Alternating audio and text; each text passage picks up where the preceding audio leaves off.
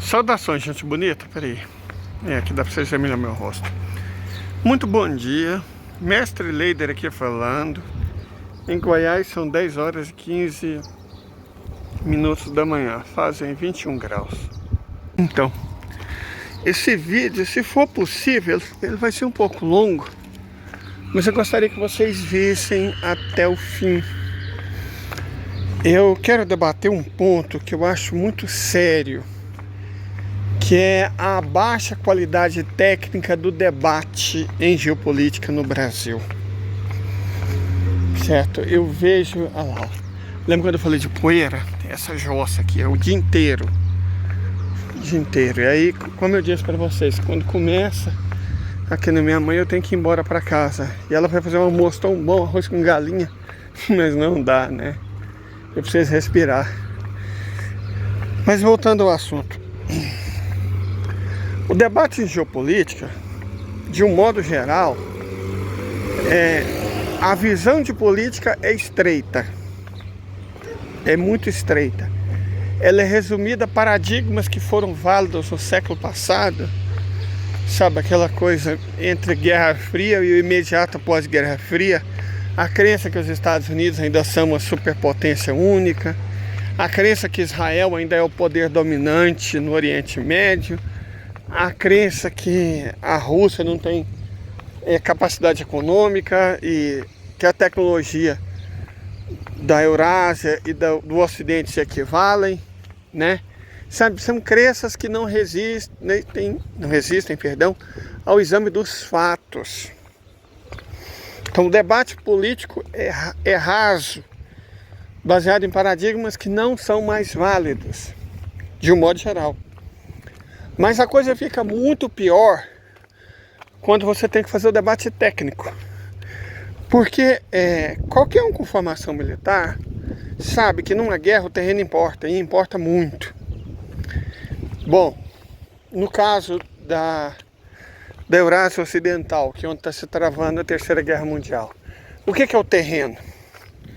O terreno, no caso do Oriente Médio, antes de qualquer coisa, a absoluta falta de profundidade tática do Estado de Israel. Por que absoluta falta de profundidade tática? Porque é um país ridicularmente pequeno, muito pequeno e estreito, sabe? O que é Israel? Israel é um retângulo, né, de cerca de 150 quilômetros por uns 40, 50, 60 quilômetros no máximo de largura, seguido por um triângulo na parte sul do país. Então a soma disso é menor do que a do estado de Sergipe.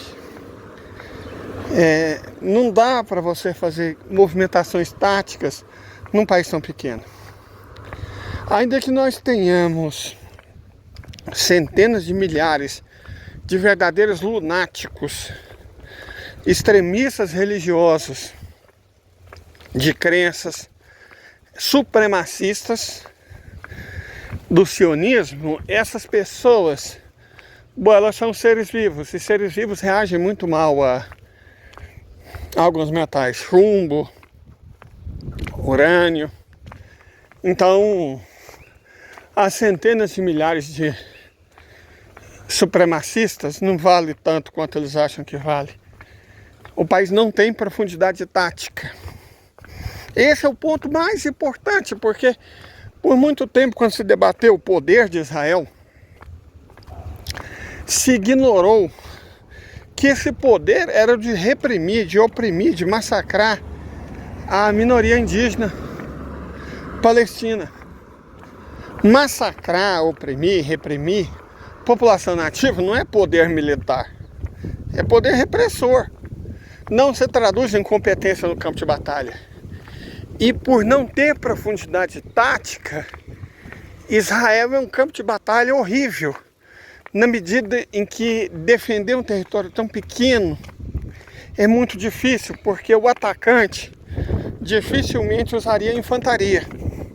Num caso, num território tão exíguo quanto o israelense, certamente o Irã vai demonstrar isso, talvez essa noite, talvez amanhã, mas o Irã vai demonstrar o quanto é fácil. Porque você não precisa de infantaria para um território tão exíguo. Você pode eliminar os seus alvos usando artilharia. Simples assim. Certo?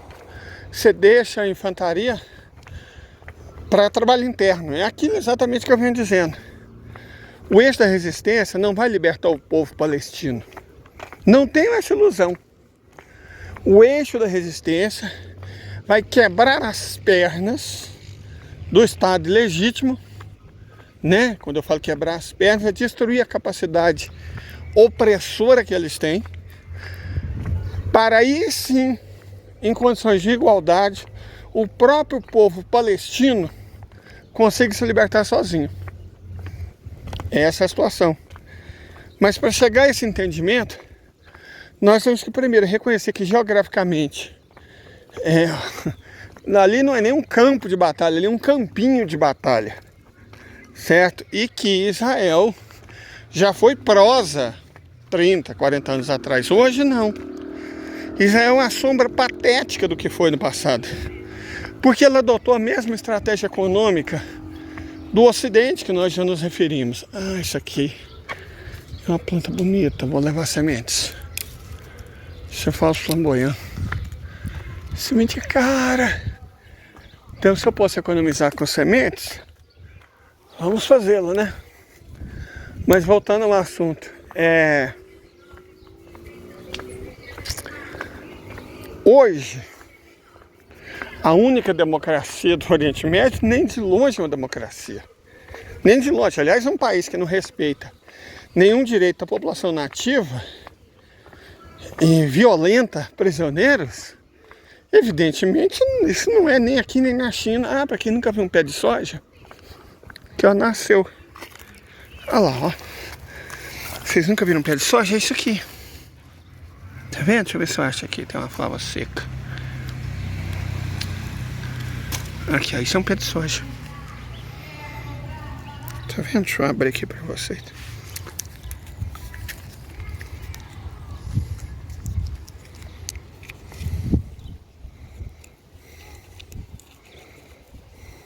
Olha lá, ó. Isso é um pé de soja. Quando seca, o grão diminui de tamanho. Mas é isso aqui. Quem nunca viu soja, é isso. Bom, voltando. Hoje, é porque assim, voltando, Israel adotou o mesmo princípio liberal, né? Que nós comentamos, inclusive, no vídeo anterior. É o chamado fiscalismo. Temos que controlar os gastos. Aquela doutrina que nós já explicamos, que eles vendem como se fosse a solução, equilíbrio fiscal, toda essa palhaçada, mas que na verdade empobrece o país, transferindo o dinheiro da classe trabalhadora, dos comerciantes, dos industriais, dos agricultores, dos que produzem, para os financistas, com a desculpa de que o Estado só deve gastar o que arrecada. Quer dizer, o que é uma loucura, que é uma insanidade, porque como é que o produto cresce se você só gasta o que ganha? Pode parecer uma pergunta besta, mas essa é a pergunta. Se você só gasta o que ganha, o volume gasto vai ser sempre o mesmo. Portanto, o volume ganho também será o mesmo. Logo, o produto não cresce. É necessário o endividamento para que haja aumento da oferta de crédito e aí haja avanço na economia. O crédito seja barato o suficiente para que produzir seja tão lucrativo quanto especular. Só que quando você restringe o crédito com a desculpa de equilíbrio fiscal, os juros ficam altos e você ganha mais dinheiro especulando do que produzindo. Você desincentiva a produção e incentiva a especulação. O que acontece? Exatamente o que se propõe. A produção é desincentivada, ou seja, o produto cai, mas a parcela da renda apropriada pelos especuladores aumenta. Perfeito? Basicamente é isso. Eu vou fazer um vídeo assim que eu chegar lá em casa sobre um texto do Kalecki explicando isso. Certo? Então eu não vou me adentrar nisso agora, mas é só para vocês entenderem o fundamento. E o fato é que Israel, assim como os Estados Unidos, o Canadá, a Europa, o Japão modernamente, fez isso. Como resultado, o país que já chegou, não veio uma potência industrial. Por favor, aquilo é uma nação ridícula de poucos milhões de habitantes. Mas já chegou a ter uma produção industrial respeitável. Deixou de ter. Israel produz basicamente equipamentos de repressão e morte. E armas, né, munição, esse tipo de coisa. Equipamentos de espionagem que vende para o mundo inteiro. E virou isso.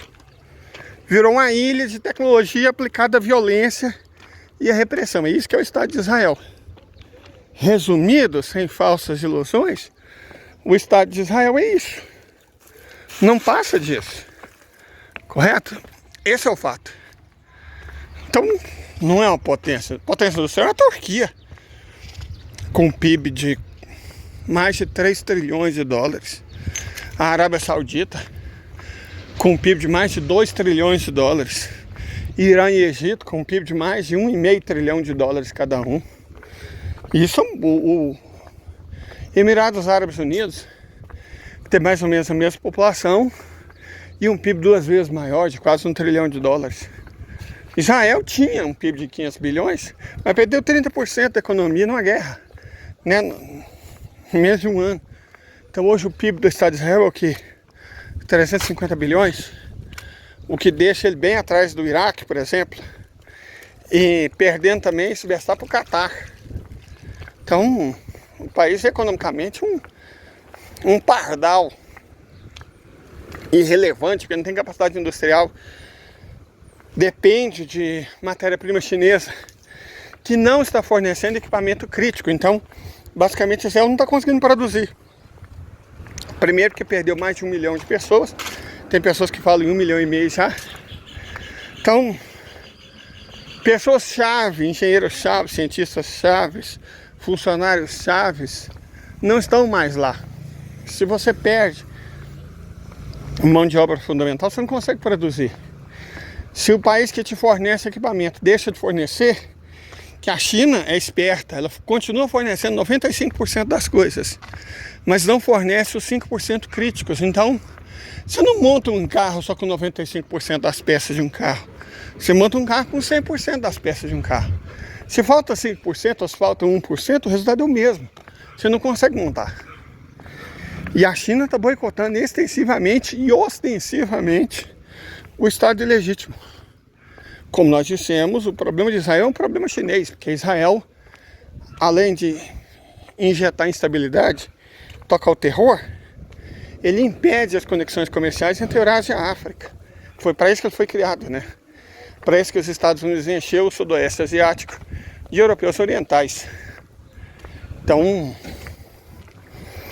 né, esse papel do Estado de Israel, que ele sempre teve, agora está claro para todo mundo, inclusive para a China. E a China sabe que é um problema que ela tem que resolver. Não tem como haver prosperidade conjunta asiático-africana e o Estado de Israel no mesmo universo. Simples assim. Então essas coisas vão ficando claras.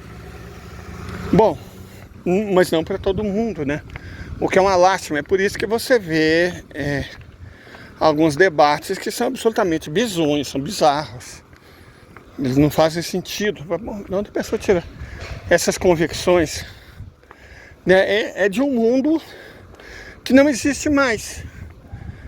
Pessoas que não se atualizaram e não conseguem entender que, factualmente, a coisa sempre se resumiu ao fato de que o Estado de Israel é uma entidade colonialista, repressora, mas cuja população representa menos de 2% da população total do Oriente Médio e menos de 0,5% da área. Então era um tigre de papel garantido pelo poder incendiário dos Estados Unidos, os grandes patrocinadores. Os grandes patrocinadores perdendo poder, né? Porque eles não conseguem hoje derrotar os Houthis, evidentemente, Israel também vai perder. Então essa parte importante da análise acaba passando batido, de modo que a discussão toda não é que ela fique enviesada, nem mesmo que ela fique muito rasa. Ela não existe. É como se você fosse discutir, apresentar um carro e não falasse sobre motor, nem sobre roda. Não existe carro sem motor e sem roda.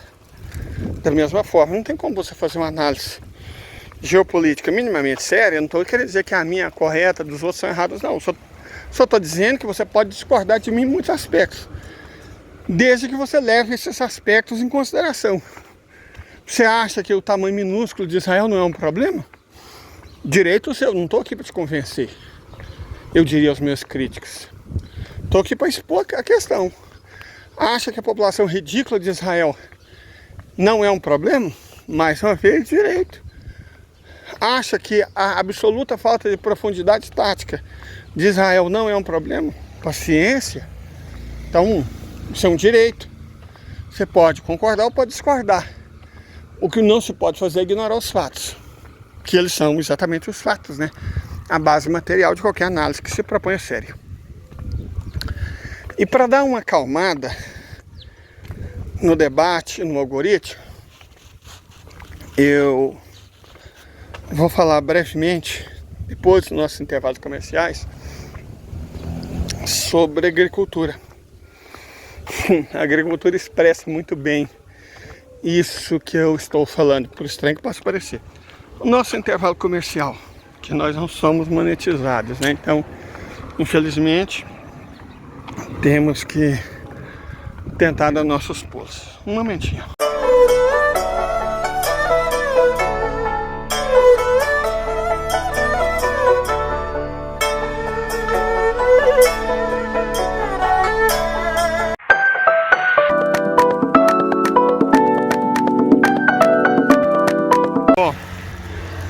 Como eu disse, para ilustrar essa questão sobre a necessidade do debate técnico, eu quero falar um pouco sobre a minha visão de agricultura. Aqui eu, junto com o camarada Paulo e junto com o camarada Dog, meu irmão, nós pretendemos implantar na Serra do Espinhaço. A agricultura tradicional, moderna, né? Não é tradicional, moderna, padrão Revolução Verde, trata o solo como uma espécie de substrato químico onde as culturas vão se desenvolver. A ideia da Revolução Verde é acabar com a competição entre as espécies para que só a planta semeada absorva nutrientes. Aí você fornece esses nutrientes e de alguma forma a planta vai absorver os nutrientes e vai produzir muito. Como se fosse uma fábrica, sabe? Você pega o nutriente, entrega para a planta, ela produz sementes, grãos, seja lá o que fibra, seja lá o que for o objetivo. É como se fosse uma fábrica, trata a agricultura como se fosse uma fábrica. Só que, como nós dissemos, isso é um erro. Isso é um equívoco enorme. Porque não é assim que funciona. A prática da agricultura, primeiro, não pode ser só agricultura. Para ter um nome ecológico, tem que ter animais. Na natureza existem animais. Onde não só tem planta, você tem um deserto. Certo? A agricultura exige animais. Mas a agroecologia não é só sobre plantas e animais. Ela também tem a ver com fungos. Porque a planta, a alma dela não é o tronco. Que inclusive o tronco mesmo nem está vivo. A casca é viva, o tronco não. E não são as folhas, ali vocês estão vendo flores, né? Botões, frutos em breve. Não. A verdadeira alma, o verdadeiro cérebro da planta é a raiz. São as raízes. Sabe? São as raízes que se comunicam umas com as outras. São as raízes que absorvem os nutrientes do solo, são as raízes que interagem com outras raízes, até de outras espécies de plantas, com fungos, com bactérias. O ser vivo, planta, não é o que a gente vê por fora. O ser vivo, planta, grosso modo, o cérebro da planta é a raiz, não a parte aérea. Nesse sentido, qualquer modelo de agroecologia tem que levar em conta a profunda interação entre animal, planta, fungo e bactérias. Eu consegui 3 vídeos que ilustram muito bem: 1, a visão técnica de agricultura; 2, a necessidade de animais em qualquer sistema agroecológico. Por isso que eu não concordo com o Antônio, que é o rapaz que ensina a plantar mandioca. Ele é ótimo, um técnico agrícola, ele é fabuloso. Mas a visão de agricultura dele é a do Ernest Goethe, que eu não podia discordar mais. Porque ele rouba essa ideia dos australianos, né? Um povo onde a pecuária não é muito praticada, e uma visão distorcida da agricultura indiana. É óbvio que isso não veio da Suíça, não é do Ernest Goethe. Ele pega dos australianos e dos indianos e deturpa, porque não existe ecologia sem animais. Mas além disso, eu acrescento o paradigma japonês, que é um profundo cuidado com a biologia do solo. Falei, gente, como é que eu explico isso tecnicamente? Falei, bom, vou pegar 3 caras que sabem mais do que eu, inclusive o próprio Antônio, e colocar videozinhos curtos. Vocês vão assistir e vão entender, eu espero, né? E vão entender não só a questão de uma visão de agricultura, como aquilo que é mais importante: a necessidade que o debate tem, caso ele se proponha a ser bom, de também ser técnico. É necessário alguma técnica, é necessário algum conhecimento. Deixa eu postar aqui para vocês esses vídeos, rapidinho. Então isso aqui é onde a folha foi destacada, cicatrizou, vocês estão vendo. E em cima sempre tem um olhinho. Toda maniva tem. Não é para enterrar em pé. Também não é para enterrar deitada, 45 graus. Para deixar essa parte de cima para fora da terra. Porque se deixar ela encostar na terra, ela vai desenvolver raiz desse lado também e desse. Aí vai travar, as hastes vai subir. Quando a pessoa for arrancar, ela vai estar travada de um lado e vai estar travada de outro. E aí para arrancar vai sempre quebrar e ficar raiz no solo. A maniva, ela desenvolve raiz onde ela recebeu um ferimento. E aí o que a gente faz? Segura a parte de cima, que está para cima com os olhinhos, segura, pega o facão e dá umas batidinhas nessa parte que vai entrar no solo. E ao enterrar a maniva, desses ferimentos, onde está nascendo esse leitinho, vai nascer raiz. Vai estimular a crescer raiz. Essa daqui, essa aqui também, essa desse lado, essa de cá, só não essas daqui da ponta, todas elas nasceram exatamente aonde recebeu essas batidinhas. Olha, tá vendo? Caso contrário, ela iria nascer predominantemente na parte de baixo. Então nós vamos ter mais produção por espécie. El hombre ha evolucionado con la naturaleza con el hombre, han perdido ambos. Y que lo que hoy nos parece maravilloso y casi libre, y decimos, oh, qué naturaleza sin tocar, no. Es el producto de una evolución conjunta muy larga y muy dolorosa de milenios y milenios y milenios. Cuando viene ahora esta naturaleza, este paisaje rural idílico para nosotros, generado por milenios de coevolución, y viene la época esta, la agricultura industrial, pues pilla un paisaje, un paisanaje, una naturaleza, de nuevo, yo diría que ecológicamente inocentes, y la destruye. Y no es más que una confirmación de algo muy triste. Los que mandan aquí, yo creo que no saben mandar, no demuestran sensibilidad, no demuestran conocimientos, se preocupa, yo creo que supongo, de su nómina al final de mes, y las leyes que son incómodas para conseguir votos não se aplicam. Sabe o que são as micorrizas do solo? Não? Então eu vou te explicar o que é. Peguei a minha pá, peguei a minha mochila, aqui dentro eu peguei a minha lupinha, certo? Tirei uma planta aqui, essa é a raiz. E é a responsável pela absorção dos nutrientes do solo, certo? Como ela faz isso? Se aprofundando mais e mais no solo e lançando os pelos radiculares, que são aqueles que vão aumentar a área de contato entre o solo e a raiz, facilitando a absorção. Em volta da raiz existe o que é chamado de rizosfera.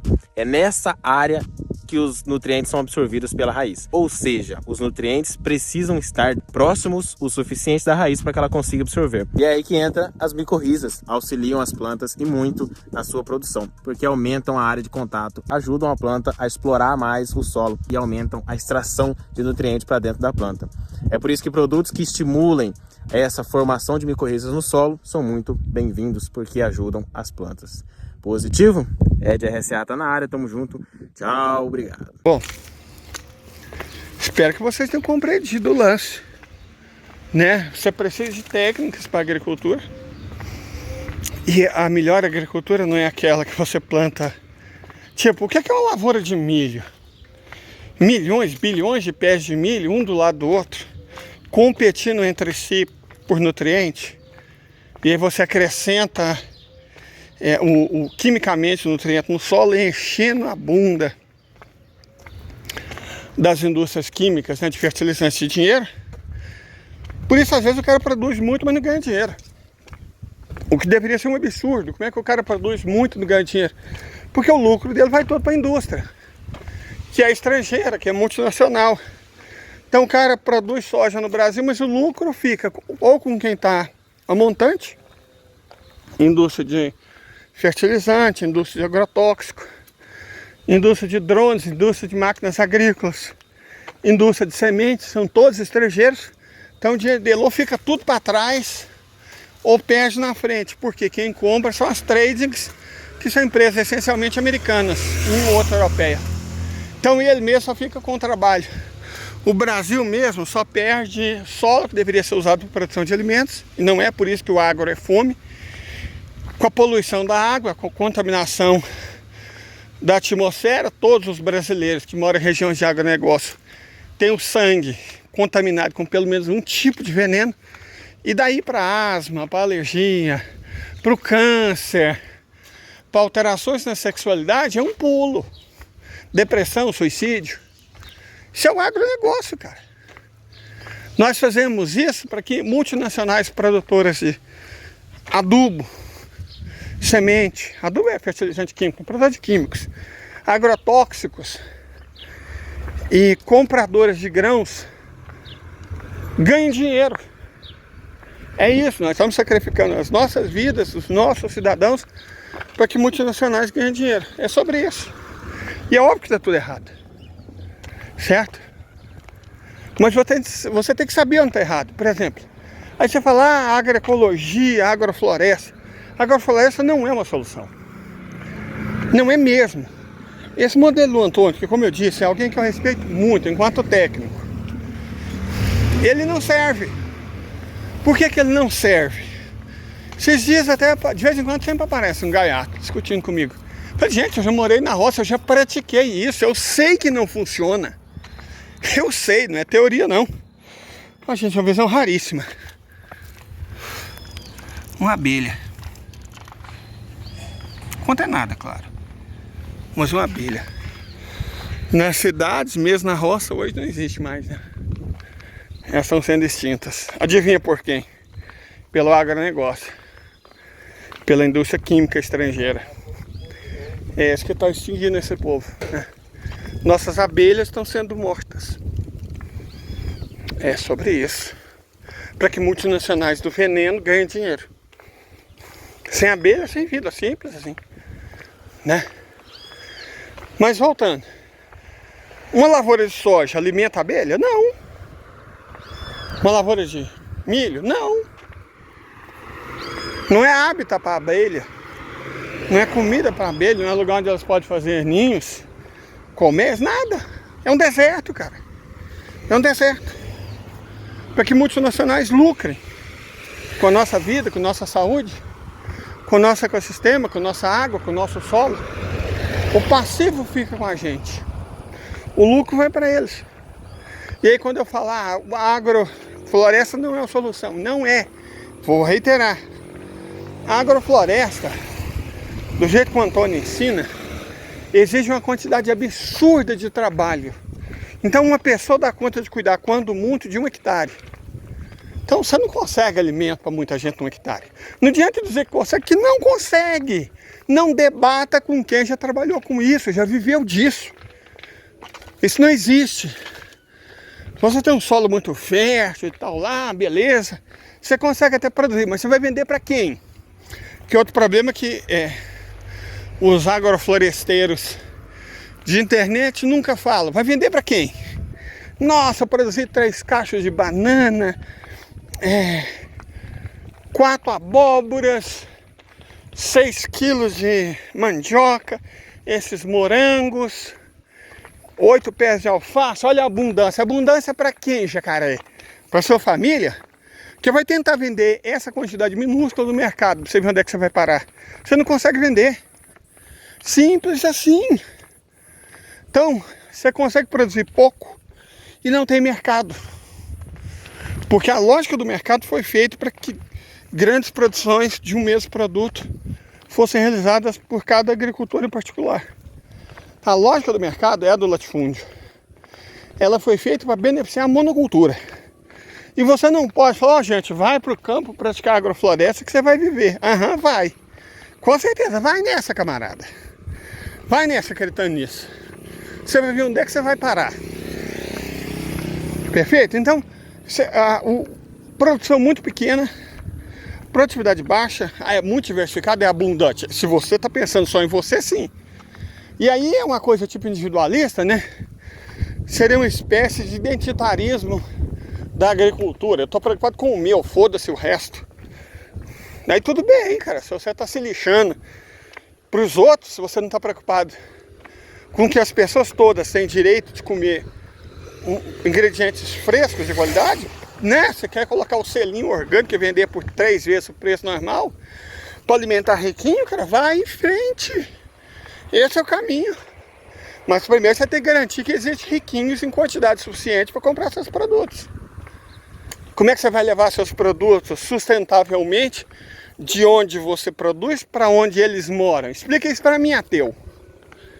Então não é um debate técnico. A agrofloresta não funciona, a não ser que você queira viver uma vida de ermitão. Perfeito? Você trabalha demais, você colhe a abundância, se você pensa só em você, né? Porque você não consegue produzir o suficiente para o mercado, para as pessoas que são a larga maioria que moram na cidade. E, bom, tem que ser uma área pequena, senão você não dá conta. Por quê? Porque o agroflorestador faz o trabalho que deveria ser dos animais. Você precisa de pecuária. Você não vai usar inseticida, você vai usar o equilíbrio e tal, tá faltando alguma coisa no meu sistema. É quase como se você tivesse que fazer o Senai, uma faculdade, 3 mestrados e um doutorado para praticar agrofloresta. A nível de você poder ser um blogueiro. Não, meu filho, deixa eu te explicar. Cria animais. Você reduz para 1/5 o trabalho e eles fazem a reposição. O que o animal faz? Por exemplo, você tem insetos, não tem? Não, se você tiver patos ou galinhas e souber manejá-los.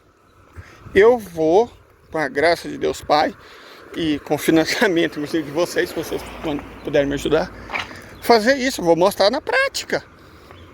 Os vídeos da gente na internet não morrem. Então vocês vão ver. Se tudo der certo, se Deus me der saúde. E eu puder mudar para lá já o mês que vem. Vamos ver como é que é. Certo? Porque você precisa de animais. O que é uma vaca? O que é uma vaca? A vaca tem um rumen, né? Ela come lá o capim e tal. As folhas, não come só capim, come folhas, é um herbívoro. O rumen não faz a digestão completa. Muito mais do que isso. O rumen é o local onde uma série de bactérias se aninham. De modo que o esterco da vaca, o esterco do coelho, o esterco do carneiro, o esterco do cabrito, ele tem não só a matéria verde já processada, como também tem fungos, tem bactérias que ajudam na biologia do solo. É o trabalho que seria feito na natureza em meses. O rumen de um ruminante, o estômago de um herbívoro, faz em dias. Por isso que ele é importante. Você tem que estar constantemente podando a sua agrofloresta. Não se você tiver uma vaca. Não se você tiver cabras. Não se você tiver carneiros. Não se você tiver patos. Entendeu? Aí você consegue produzir também proteína, ovos, leite, carne, naquele espaço. Imaginar uma agrofloresta herbívora, vegetariana, isso é uma palhaçada. Que serve, sei lá, eu sou um burguês riquinho, né? Sou todo vegano, sou todo leite de amêndoas com pera, eu não quero sofrimento animal, então foda-se você. E foda-se os iguais a você, seu burguês. Você pode se dar esse luxo, burguês. Mas o trabalhador não pode, nem para trabalhar, porque isso permitiria ele cultivar só um hectare de terra, e ele vai viver de quê? Se ele tem uma rendinha no banco, se ele tem imóveis, aí dá para você viver disso, você não tem que ganhar dinheiro. Mas se você vai viver disso, é produzindo a abundância de 8 cenouras, uma abóbora, 3 abacaxis e um cacho de banana por semana, que você vai conseguir sobreviver, camarada? Você vai vender para quem? Você vai transportar como? Isso não existe, isso é palhaçada. Entenderam? Não funciona. Não funciona. Por isso, inclusive, o nosso projetinho inclui um pequeno restaurante. Porque aí a pessoa vai lá, come o que nós produzirmos, né? Nós vamos fazer, preparar tal. Isso aqui você viu no nosso vídeo, a gente produzindo, você sabe como é que é feito. Eu sempre namoro esse pé de jaca, porque eu olho cobiçosamente para essas jacas aqui. Tem uma que já está cheirando. Ela ainda está pequena, mas quem sabe, né? Algum dia ela vai amadurecer. E eu quero estar aqui nesse momento. Né? Mas voltando. Isso não funciona, tem que ter animais. Eu sou vegano, filho, problema seu. Mas se você quer... sou contra o sofrimento animal. Compra uns patos, umas galinhas, uns cabritos, uma vaca. Então usa a sua terrinha, você tem dinheiro, claro, né? Senão você não seria isso, como santuário de animais.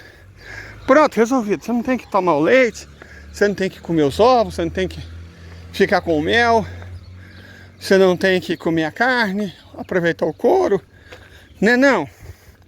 Você usa como santuário de animais.